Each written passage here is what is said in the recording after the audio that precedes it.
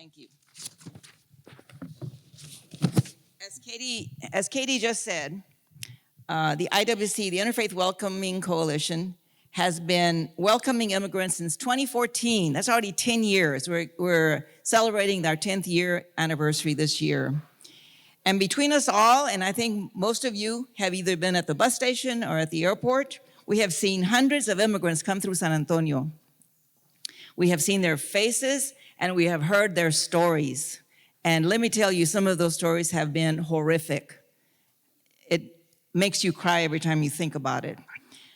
And we have also seen the reaction from our state elected officials who have passed legislation that has us looking over our shoulders and have cast immigrants in the most cruel and untrue light. Because of our experience as a collective, I believe that we, and I have a firm belief in this, is that we together can, in many concrete ways, begin to change this course in the lives of these men, women, and children that we have seen and that we have talked to. That is why we are here today, and I am so glad you all came. Look at you, every one of you. I've seen most of you doing the work, God's work, really. And so to bring together your experiences and the experiences and life's work of our next speaker to make the changes necessary to be really friends of the foreigners in our land. And I want to introduce to you our next speaker, B. Moorhead.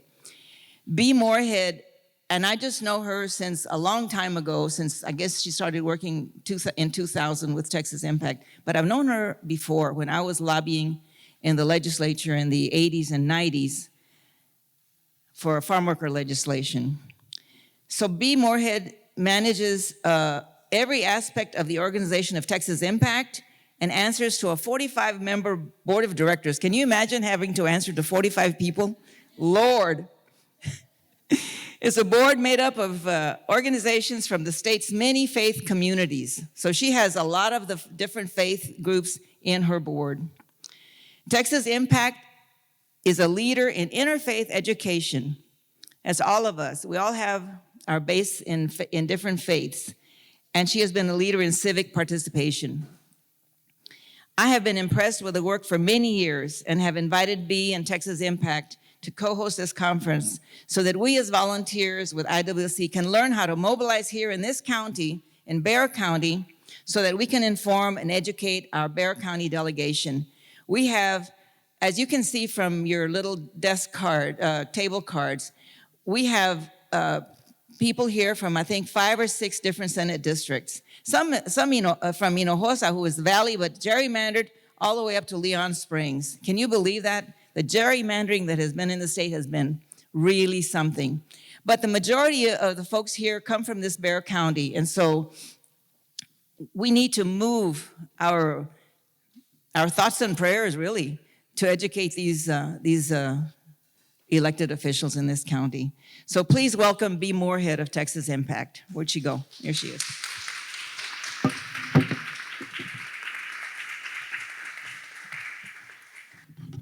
Thank you, Rebecca. I want to start by saying Texas Impact has a staff of about 12 people, and many of them are here. I hope that you had a chance to go see our table. If you turn over there, they're waving at you. So please do take a minute to check them out. We are so grateful for the collegial relationship that we've had since 2014. Texas Impact actually had AmeriCorps Vistas that worked with Kelly Allen early on in setting up IWC. I was just actually looking back through my email. I saw an email from Kelly Allen that said, "Do you have time to chat?" And that was when that's when all this started, right? When she started asking people if they had time to chat. I just want to tell you really briefly. I'm going to set this water down. I want to tell you really briefly 3 big ideas about the upcoming legislative session. First, this is going to be a session about money. Now, I had a really complicated slide about all the money, and I decided we didn't really have time to go through all of it, but let me just tell you, the state is sitting on a $20 billion surplus right now. And the story of this upcoming session is going to be how we're going to spend that or not spend it. To the extent that legislators talk about immigration this session, it's not probably going to be great. But to the extent that they're talking about money, there is a way to talk about the way our state handles immigration and border issues that is going to be important. Luis Figueroa is going to be here, and he's going to talk to you more about that. But that's the first thing, is it's going to be a session about money. Now, that should be a good thing, right? We have a lot of money. We can spend a lot of money. Spending money is always a divide and conquer proposition. What do I mean by that? I mean, everybody's idea in the Capitol is get the people who usually like each other to disagree about where the money should go. And then we won't even have to worry about it. They'll make the decisions for us. It puts a lot of pressure on advocates to stay in relationship. And so Abel earlier and I were talking, and he described this organization as a network of humanity, which I thought was so amazing. You need to remember that that's true, and you need to look to your partners in all the other work that you do in San Antonio on all the other issues, and remember, we are a network of humanity. Don't fall for it. Don't fall for divide and conquer.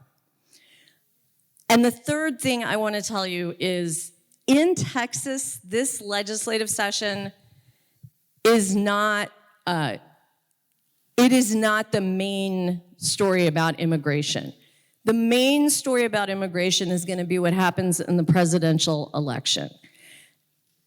And those of you who heard me on Zoom, I don't know, a couple of weeks ago, I'm going to just say the same thing.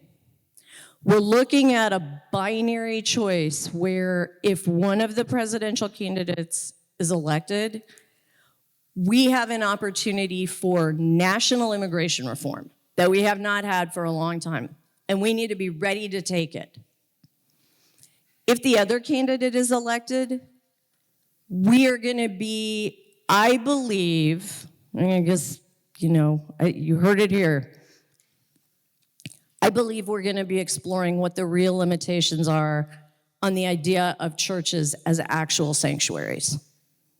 I think we're going to be looking at how much really we have to protect people from being deported, yes, and also from being persecuted more generally. If we have the opportunity for national immigration reform, you need to be ready to go. You need to be ready to talk to your state legislators about how much we need that. You need to be ready to go to the members of Congress with the state legislatures, right, legislators. You need to be able to say, we in Texas understand this is what we need. We are all of one mind. If the other candidate wins, you need to be ready to go to your city council and your local law enforcement and help them do the right thing in what's going to be a really challenging environment. Does that make sense? Can I see does everybody understand what I'm saying? Okay. So the legislative session is going to be important, but what happens in it is going to be highly driven by these two factors. One, which person is sitting in the White House, and the other, how successful we are at sticking together, right? Sticking together and not letting the legislature divide and conquer us over a few pennies, which is how they will do it. After lunch, Texas Impact is going to tell you some really concrete ways that you can get engaged. Each of our staff members is going to talk to you about a different little activity, and I know that Rebecca's going to give you pieces of paper, and we're going to ask you to write your name and make a commitment, and my staff are going to ask you to raise your hand, and we're going to put it up on a board so we can all see how committed we are. I think that's important. I want to say you're already committed because you're here on Saturday morning. And I said to Rebecca, I said, this is kind of crazy. It seems like most of these people are women. And she said, hello. Almost all of them are women. Well, are you surprised? Women of faith have been at the forefront of every social movement in our country. You are the ones. But you know what else? Women of faith are not in the forefront of the legislature. They are not in the leadership at the legislature.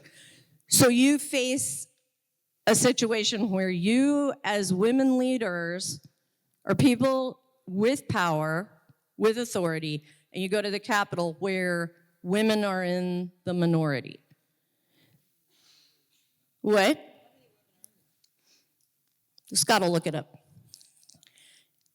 So just be aware of that power dynamic and be ready to go to the Capitol as strong women of faith and help our legislators, who mostly are not women. Many are not faithful the same way that you are, and some of them are not strong, and help them to do the right thing.